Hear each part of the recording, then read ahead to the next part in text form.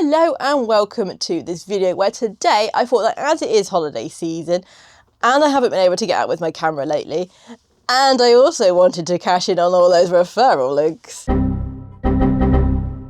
we'd go over some of the gear that I actually use to help me make my photos and videos, in the thoughts that maybe one or two of them might also help you. So to kick things off, we're going to start out with the Neewer cold shoe mount. Now this sits on top of the camera in the cold shoe, it being a cold shoe mount and all.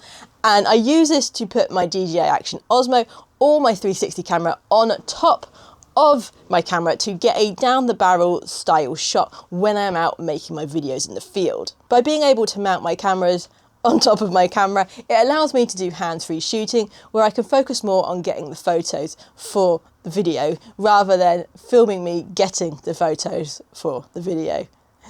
It makes sense in my head. Now, I did actually have a cheaper one of these to start with, but that actually broke. And now that one was more of a plasticky one, so I did pay a little bit more for this Neewer one, which is completely made out of metal other than the two little clippies on the side. And so far it has been a real tank, and I've got no qualms in thinking that this is going to break anytime soon. Next up on the list is another mount for an action camera in the form of the Ulanzi Magnetic QR mount. I bought this back when I first got the Insta360 X3 because it only has a 1/4 inch screw mount on the base of that camera. What this does is it screws into that 1/4 inch screw mount and makes it so you can quickly move it between mounts, and it is also compatible with the DJI mounts, so now I can swap the cameras between all of my DJI mounts knowing that they are both going to fit. Now the next thing on the list is a bit of an odd one in that it is a 1/4 inch to 3/8 inch spigot. And I know what you're thinking, what is that useful for?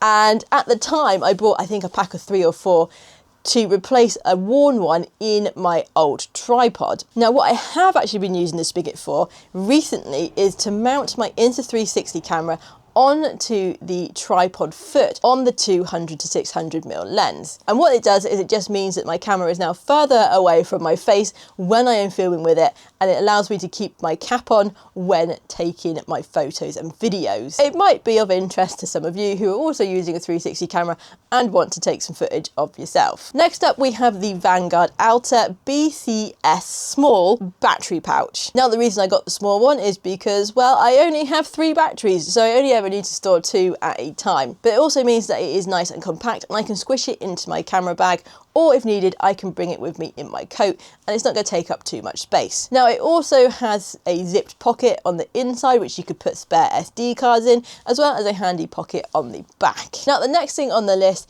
is my British Wildlife +1 carol calendar. Great for knowing what day of the month it is, and also helping you to plan what days you can get out with your camera. You get a lovely new image to look at each month, and for all you camera nerds who like to overanalyze images like myself, you can see all the camera settings for each photo. Available now on my website joehurd.co.uk, or head to the links in the description. When it rains here in the UK, and it rains a lot, I like to keep my gear protected, and for that I use the Wildlife Watching Supplies waterproof camera cover, and this is the C80R version. Now it comes in different lengths, so you can just flick through the website to make sure you get the right one for your camera. For all you Sony users, if you're using the 200 to 600, you want the 80.2.5R. Now I've got mine in the Realtree Edge because that was the one that I preferred, and it is an absolutely brilliant cover. It is incredibly waterproof.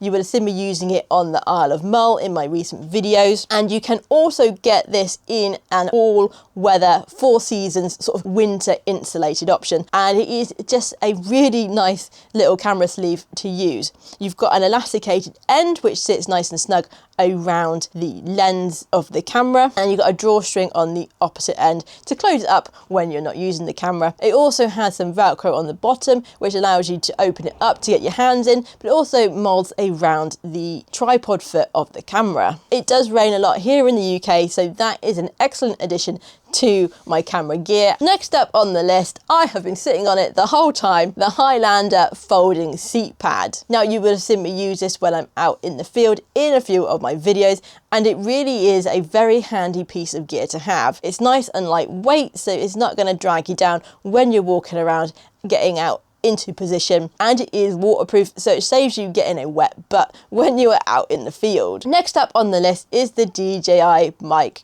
2. Now, I had the original ones for quite a while, and when I got the Osmo 5, I actually also then got this a few months later, because they can wirelessly connect to each other, meaning that I don't need to then like sync the audio in post. Now, the kit I got was actually the one transmitter and one receiver, but for me this is ideal setup. I don't really have any other people coming in to chat on the channel, it's all about me, so I only needed the one mic, and being able to use it on my camera as well as with the DJI, and also it wirelessly connects to the Insta360 X5 as well, which is really handy. Now, it is a nice small form factor, and I can squish the main sort of bag that it comes with in my camera bag, no problem. And then I usually just walk around with the mic attached to me, ready to record my beautiful voice at any given time. Next up on the list is the DJI Action Osmo 5 Pro. Now, I've been using this for just over a year now, and it is a great little camera, and it's the main camera that I use when filming my wildlife videos, and that gives me some great quality footage. And it being an action camera, it's nice and rugged and also really small, so I can take it everywhere with me and not worry about being weighed down by it. It also has an incredible battery life, and for the most part I usually only use one battery in it a day, even though I did get the kit, so I do have 2 spare ones. Like I said earlier, it also syncs with the DJI Mic 2, so I don't need to worry about syncing any sort of audio in post, and I know I can get great quality audio straight from the camera. Next up on the list is the Insta360 X5. Now, up until recently, I was using the X3, but after doing some filming up at the bike park with Tim, that one met its demise. So I thought it was a good opportunity to actually upgrade to the X5. Now, this one has interchangeable lenses, so if that one also gets used the way the X3 does, then rather than having to send it off to get repaired, what I can do is actually just get the replacement lens kit and replace the lenses myself. Now, the great thing about a 360 camera is all the different angles that you can get from one clip, and as a solo creator, this is ideal and makes everything so much easier for me. I can set the camera up wherever I want to mount it and then reframe in post later. And I use this camera extensively on my trip to the Isle of Mull, allowing me to focus on taking my photos rather than worrying about the video side of things. Next up on the list is the Shimoda Action X25 bag in the army green, and I have this with the new L25 RTS core. Shimoda did gift me this bag back in the spring, however they are not the sponsor of this video. The L25 RTS core is built to fill the main compartment of the Action X25, and it allows you to fit your Sony camera with the 200 to 600mm lens attached into the bag. I've been using the bag since May and I bloomin' love it. I can fit all of my camera gear in it on the rare occasion that I do need to take the whole lot out with me at once, and there is still a bit of room for some extra bits and pieces. Now, obviously I don't take all my gear out with me at one time that often, and when I don't, then I can fill the camera bag with other bits and bobs like a spare coat or some food. Now, a big bonus here is that the Shimoda bag has women's fit shoulder straps, which is just brilliant because we are built differently to you blokes. Now, the ones that I've been using are the tactical ladies straps because they have the extra pockets, which I really like.